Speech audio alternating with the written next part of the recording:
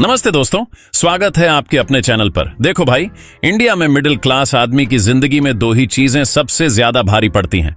एक तो पड़ोसी की जलन और दूसरी बिना सोचे समझे ली गई महंगी गाड़ी। हम लोग इमोशन में बहकर या फिर शर्मा जी के लड़के को चिढ़ाने के चक्कर में ऐसी गाड़ियां उठा लाते हैं जो शोरूम में तो दुल्हन की तरह सजकर खड़ी होती हैं, लेकिन घर आते ही वो डायन बन जाती है और हमारे बैंक अकाउंट का खून चूसना शुरू कर देती है। अगर आप सोच रहे हैं कि 2026 में नई गाड़ी लेनी है तो रुक जाओ, थम जाओ। आज हम उन 8 गाड़ियों की कुंडली खोलने वाले हैं जो देखने में तो किसी 5 स्टार होटल जैसी लगती हैं, लेकिन उनका खर्चा पालना एक सफेद हाथी पालने जैसा है। ये वो गाड़ियां हैं जो आपको रोड का राजा तो बना देंगी, लेकिन साथ ही साथ आपको रोडपति भी बना सकती है। तो सीट बेल्ट लगा लो, क्योंकि आज हम इन गाड़ियों की इज्जत का फालूदा बनाने वाले हैं। चैनल को सब्सक्राइब नहीं किया तो कर लो, वरना आपकी अगली गाड़ी भी 10 का माइलेज देगी। चलिए शुरू करते हैं। नंबर 1 पर आती है वो गाड़ी जिसे देखकर आधे लौंडे तो सिर्फ इसलिए दीवाने हो जाते हैं क्योंकि उन्हें लगता है ये ले ली तो भौकाल सेट हो जाएगा। हम बात कर रहे हैं जीप कंपास की। भाई साहब, अमेरिकन कंपनी है, नाम में ही वजन है, लेकिन इसका वजन आपकी जेब पर इतना भारी पड़ेगा कि आप सोच भी नहीं सकते। जीप कंपास उन लोगों के लिए है जिनके पास पुश्तैनी जायदाद पड़ी हो।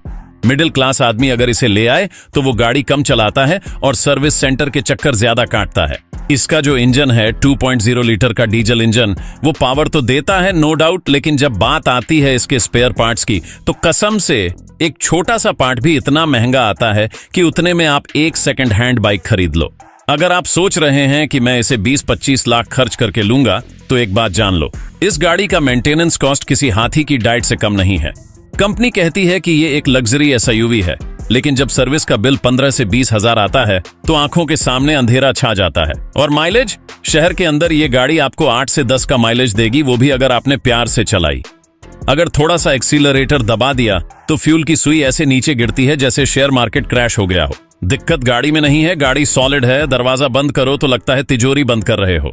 लेकिन भाई, जब इसका क्लच या सस्पेंशन का काम निकलता है ना, तो इंसान को अपनी किडनी गिरवी रखने के ख्याल आने लगते हैं। तो अगर आपके पास एक्स्ट्रा पैसे पड़े हैं जिन्हें आप आग लगाना चाहते हैं, तो ही जीप कंपास की तरफ देखना, वरना दूर से ही हाथ जोड़ लेना। अब आते हैं नंबर 2 पर। यह गाड़ी उन लोगों का सपना है जो खुद को कार एंथुजियास्ट यानी कारों का कीड़ा समझते हैं। हम बात कर रहे हैं Volkswagen Virtus की। लुक देखो भाई, कतई जहर, एकदम स्लीक, लंबी और रईस-ए-ज़ादों वाली फीलिंग। लेकिन रुकिए, ये जर्मन इंजीनियरिंग है और जर्मन इंजीनियरिंग मिडिल क्लास की जेब को ऐसे काटती है जैसे नाई उस तरह चलाता है। इसमें 2 इंजन आते हैं, एक 1 लीटर और एक 1.5 लीटर। अब जो 1.5 लीटर वाला इंजन है वो रॉकेट है, मैं मानता हूं। सड़क पर हवा से बातें करती है ये गाड़ी, लेकिन शहर के ट्रैफिक में, भाई साहब, शहर के बम्पर टू बम्पर ट्रैफिक में ये गाड़ी पेट्रोल नहीं पीती, ये पेट्रोल से कुल्ला करती है। इसका DSG गियरबॉक्स चलाने में मक्खन है, लेकिन अगर वो खराब हो गया तो उसे ठीक कराने का खर्चा इतना है कि आप एक नई ऑल्टो खरीद सकते हैं। मिडिल क्लास आदमी सोचता है कि मैं सेडान लूंगा, समाज में इज्जत बढ़ेगी। इज्जत तो बढ़ जाएगी, लेकिन महीने के आखिर में जब आप पेट्रोल पंप पर खड़े होकर मीटर को घूर रहे होंगे, तब वो इज्जत काम नहीं आएगी। इसका AC भी कई बार भरी गर्मियों में नखरे दिखा देता है, जैसे वो कह रहा हो, भाई मैं जर्मनी के मौसम के लिए बना हूं, ये इंडिया की गर्मी मुझसे बर्दाश्त नहीं हो रही। सर्विस कॉस्ट की बात करें तो Volkswagen Virtus की सर्विसिंग करवाने के बाद आपको ऐसा लगेगा कि आपने किसी 5 स्टार होटल में खाना खा लिया है, जबकि पेट भी नहीं भरा। अगर आपकी रनिंग ज्यादा है और पॉकेट टाइट है तो इस सुंदरी के जाल में मत फंसना, वरना ये Virtus आपके पर्स को वर्स कर देगी। नंबर 3 पर है हमारे देश का लोहा, बाहुबली गाड़ी टाटा सफारी। नाम सुनते ही लगता है कि कोई नेताजी आ रहे हैं। रोड प्रेजेंस ऐसी कि सामने वाला खुद ही रास्ता छोड़ दे। लेकिन मेरे भाई, हाथी पालना और हाथी की सवारी करना, दोनों में जमीन आसमान का फर्क है। टाटा सफारी में आपको मिलता है 2.0 लीटर का क्रायोटेक इंजन दमदार है, गाड़ी भारी भरकम है, लेकिन टाटा की पुरानी बीमारी आज भी इसका पीछा नहीं छोड़ रही है, वो है सेंसर और इलेक्ट्रॉनिक्स के नखरे। आपने 25 लाख की गाड़ी ली, आप टशन में निकले और अचानक स्क्रीन ब्लैक हो गई, या फिर इंफोटेनमेंट सिस्टम ऐसे हैंग हो गया जैसे सरकारी दफ्तर का कंप्यूटर। सोचो, दोस्तों के सामने कितनी बेइज्जती होगी। मिडिल क्लास आदमी जब इतनी महंगी गाड़ी लेता है तो वो उम्मीद करता है कि कम से कम 5 साल तक तो शांति रहेगी, लेकिन सफारी के साथ आपका रिश्ता सर्विस सेंटर के मैकेनिक से ज्यादा गहरा हो जाता है। कभी डीपीएफ की लाइट जल जाएगी, कभी इंजन चेक लाइट दिवाली मनाएगी। और भाई, इसका माइलेज? शहर में ये भारी भरकम गाड़ी आपको मुश्किल से 9 या 10 का माइलेज देगी। डीजल भराते भराते आपको लगेगा कि आप गाड़ी नहीं चला रहे, बल्कि तेल कंपनियों का टर्नओवर बढ़ा रहे हैं। ये गाड़ी दिल से खरीदी जाती है, दिमाग से नहीं। अगर आप वो इंसान हैं जिसे छोटी छोटी खटर पटर आवाजों से टेंशन होती है, तो टाटा सफारी आपको डिप्रेशन में डाल सकती है। ये गाड़ी रफ एंड टफ है, लेकिन आपकी जेब को भी रफ कर देगी। अगली गाड़ी है नंबर 4 पर, MG हेक्टर। इसे इंटरनेट इनसाइड बोला जाता है, लेकिन हकीकत में ये पेट्रोल पंप इनसाइड होनी चाहिए थी। ये गाड़ी उन लोगों को टारगेट करती है जिन्हें गाड़ी कम और चलता फिरता आईपैड ज्यादा चाहिए। फीचर्स इतने भर दिए हैं कि आप गिनते गिनते थक जाओगे।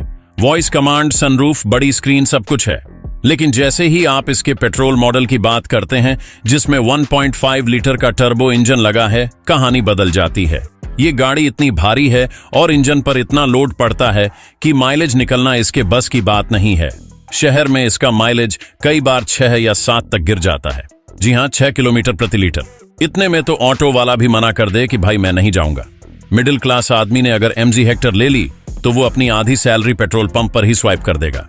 लोग इसे बड़ी गाड़ी समझकर ले लेते हैं, लेकिन इसकी रीसेल वैल्यू उतनी ही तेजी से गिरती है जितनी तेजी से इसका फ्यूल गेज नीचे आता है। चाइनीज ओनरशिप वाली बात तो छोड़ ही दो, वो अलग मुद्दा है। लेकिन अगर हम सिर्फ जेब की बात करें तो ये गाड़ी एक मीठा जहर है। ऊपर से इसका इंफोटेनमेंट सिस्टम कभी कभी इतना लैग करता है कि आपको लगेगा आप 2010 का एंड्रॉइड फोन चला रहे हैं। बाहर से बड़ी, अंदर से लग्जरी, लेकिन खर्चे के मामले में ये आपको दिन में तारे दिखा देगी। अगर आपका पेट्रोल पंप का बिजनेस नहीं है तो इससे दूर रहो।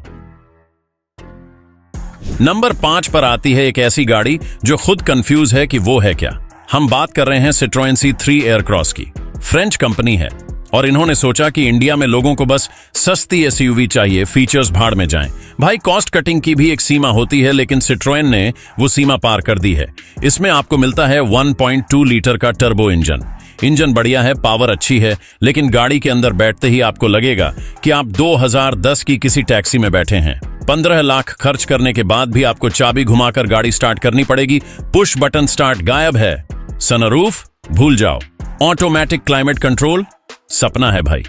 पिछले दरवाजों पर पावर विंडो के बटन भी ऐसी जगह लगाए हैं जहां हाथ पहुंचाने के लिए आपको योगा करना पड़ेगा। मिडिल क्लास आदमी जब पैसा लगाता है तो उसे फील चाहिए होती है। वो चाहता है कि पड़ोसी देखें तो जलें, लेकिन सिट्रोएन C3 एयरक्रॉस को देखकर पड़ोसी हंसेंगे। इसके दरवाजे के हैंडल ऐसे हैं जैसे पुराने जमाने के फ्रिज के हैंडल हों। रिसेल वैल्यू का तो अता पता नहीं है, क्योंकि आधी पब्लिक को तो इस कंपनी का नाम भी सही से लेना नहीं आता। ये गाड़ी मैकेनिकली सॉलिड हो सकती है, सस्पेंशन इसका जादुई है, गड्ढे पता नहीं चलते। लेकिन भाई, हम गाड़ी सिर्फ गड्ढे पार करने के लिए नहीं लेते, हमें थोड़ा प्रीमियम एहसास भी चाहिए। इसे खरीद लिया तो बाद में पछतावा होगा कि काश थोड़े और पैसे डालकर कोई ढंग की गाड़ी ले लेते। ये सस्ती तो है, लेकिन ये वो सस्ता है जो बाद में बहुत महंगा पड़ता है। नंबर 6। अब आती है वो गाड़ी जो देश के हर लौंडे की डीपी में लगी होती है, महिंद्रा थार। भाई, इसका टशन ही अलग है। रोड पर निकलती है तो लगता है यमराज गश्त पर निकले हैं। लेकिन एक कड़वा सच सुन लो, महिंद्रा थार एक बहुत ही अव्यावहारिक, इम्प्रैक्टिकल गाड़ी है, एक आम मिडिल क्लास फैमिली के लिए। अगर आप इसे अपनी इकलौती गाड़ी मतलब प्राइमरी कार के तौर पर ले रहे हैं तो आप बहुत बड़ी गलती कर रहे हैं। इसमें 2.2 लीटर का डीजल और 2.0 लीटर का पेट्रोल इंजन आता है। पेट्रोल वाली थार तो तेल ऐसे पीती है जैसे रेगिस्तान में ऊंट पानी पीता है। 7 या 8 का माइलेज देखकर आपके पिताजी आपको घर से बेदखल कर देंगे। और कंफर्ट? भाई, इसमें बैठना और उतरना एक कसरत है। अगर आपके घर में बुजुर्ग हैं तो उन्हें चढ़ाने के लिए आपको क्रेन बुलानी पड़ सकती है। पिछली सीट पर जाने के लिए जो सर्कस करना पड़ता है वो अलग। और राइड क्वालिटी ऐसी है कि अगर रोड पर छोटा सा भी पत्थर आ जाए तो अंदर बैठे इंसान की रीढ़ की हड्डी हिल जाती है। लंबी ड्राइव पर जाओगे तो कमर में वो दर्द होगा कि अगले 2 दिन आयोडेक्स मलना पड़ेगा। ये गाड़ी सिर्फ और सिर्फ शौक के लिए है, और मिडिल क्लास आदमी शौक से ज्यादा सुकून ढूंढता है। इसे खरीद तो लोगे जोश जोश में, लेकिन जब रोज ऑफिस जाने के लिए इसे ट्रैफिक में फंसाओगे और इसका भारी स्टीयरिंग घुमाओगे तो वो जोश ठंडा पड़ जाएगा। ये दिल के लिए अच्छी है, लेकिन शरीर और जेब दोनों के लिए हानिकारक है। नंबर 7 पर फिर से एक यूरोपियन मेहमान है, स्कोडा कुशाक। स्कोडा का नाम सुनते ही दिमाग में आता है मजबूती। नो डाउट गाड़ी टैंक जैसी है, सेफ्टी में 5 स्टार है, जान बचा लेगी। लेकिन भाई, जान बचने के बाद जो अस्पताल का खर्चा है वो तो भरना पड़ेगा ना। वैसे ही इसका मेंटेनेंस है। इसमें भी 1.0 लीटर और 1.5 लीटर के इंजन ऑप्शंस हैं। चलाने में ये गाड़ी मक्खन है। एक बार एक्सीलरेटर दबाओ तो रॉकेट बन जाती है। लेकिन स्कोडा की एक पुरानी आदत है, ईपीसी लाइट। ये लाइट कब जल जाए कोई भरोसा नहीं।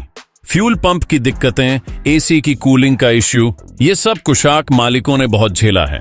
मिडिल क्लास आदमी चाहता है feel it, shut it, forget it. लेकिन स्कोडा के साथ आपको हमेशा एक डर लगा रहता है कि आज कुछ खराब ना हो जाए।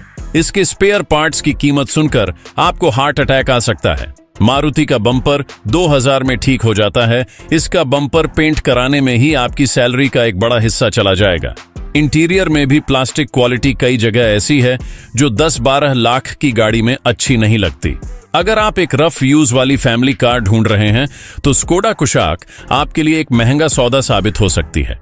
ये उन लोगों के लिए है जो ड्राइविंग के मजे के लिए एक्स्ट्रा पैसे देने को तैयार हैं। बचत करने वालों के लिए ये रेड फ्लैग है। आखिर में नंबर 8 पर है वो गाड़ी जिसे मारुति ने यह सोचकर लॉन्च किया था कि ये थार को टक्कर देगी, लेकिन बेचारी खुद ही गड्ढे में गिर गई। हम बात कर रहे हैं मारुति जिम्नी की। देखो, ये एक शानदार ऑफ रोडर है। पहाड़ों पर बकरी की तरह चढ़ जाती है। लेकिन 15 लाख रुपए देकर आप क्या ला रहे हैं? एक माचिस की डिब्बी। इसमें 1.5 लीटर का नेचुरल एस्पिरेटेड इंजन है जो हाईवे पर इतना सुस्त है कि अगर आपको किसी ट्रक को ओवरटेक करना हो तो आपको पहले अर्जी लिखनी पड़ेगी, फिर भगवान से प्रार्थना करनी पड़ेगी, तब जाकर ये ओवरटेक करेगी। पावर की भारी कमी महसूस होती है। और साइज, भाई, इसके अंदर 4 हट्टे कट्टे लोग बैठ जाएं तो उनके कंधे आपस में लड़ते रहते हैं। रोड प्रेजेंस के मामले में ये किसी ऑटो रिक्शा से थोड़ी ही बड़ी लगती है। मारुति ने सोचा था लोग इसे लाइफस्टाइल गाड़ी की तरह लेंगे, लेकिन इंडियन पब्लिक को चाहिए बड़ी गाड़ी। 15 लाख खर्च करके अगर पड़ोसी पूछे कि भाई ये खिलौना कब लाए, तो दिल पर क्या बीतेगी सोचो। टायर इसके इतने पतले हैं कि साइकिल के लगते हैं। थोड़ा बड़ा चढ़ाकर बोल रहा हूं, पर फील समझो। अगर आप पहाड़ों में नहीं रहते तो शहर के लिए मारुति जिम्नी खरीदना पैसे की बर्बादी है। ये न तो आपको कंफर्ट देती है, न पावर, और न ही वो रुतबा जो 15 लाख खर्च करने पर मिलना चाहिए। तो दोस्तों, ये थीं वो 8 गाड़ियां जो दूर के ढोल की तरह सुहावनी लगती हैं, लेकिन पास जाओ तो कान के पर्दे फाड़ देती हैं। इसका मतलब ये नहीं कि ये गाड़ियां बेकार हैं। नहीं, गाड़ियां अच्छी हैं, लेकिन मिडिल क्लास की जेब और जरूरतों के हिसाब से ये मिसफिट हैं। गाड़ी वो लो जो आपकी जरूरत पूरी करे, न कि वो जो आपकी ईएमआई के बोझ तले आपकी खुशियां कुचल दे। दिखावे के चक्कर में अगर गाड़ी ली तो कसम से अगले 5 साल तक सिर्फ नूडल्स खाकर गुजारा करना पड़ेगा। अगर आपको ये डीप एनालिसिस और हमारा ये देसी स्टाइल पसंद आया तो भाई वीडियो को लाइक करके हमारा भी पेट्रोल भर दो। और हाँ, वो नीचे जो लाल वाला सब्सक्राइब बटन है ना, उसे दबा दो, चाहे गियर लीवर समझ के दबाओ या ब्रेक पेडल समझ के, बस दब जाना चाहिए। कमेंट में बताओ इनमें से कौन सी गाड़ी आपका सपना थी जो आज मैंने तोड़ दिया। मिलते हैं अगली वीडियो में, तब तक के लिए सतर्क रहें, सुरक्षित चलें और अपनी जेब का ख्याल रखें। जय हिंद।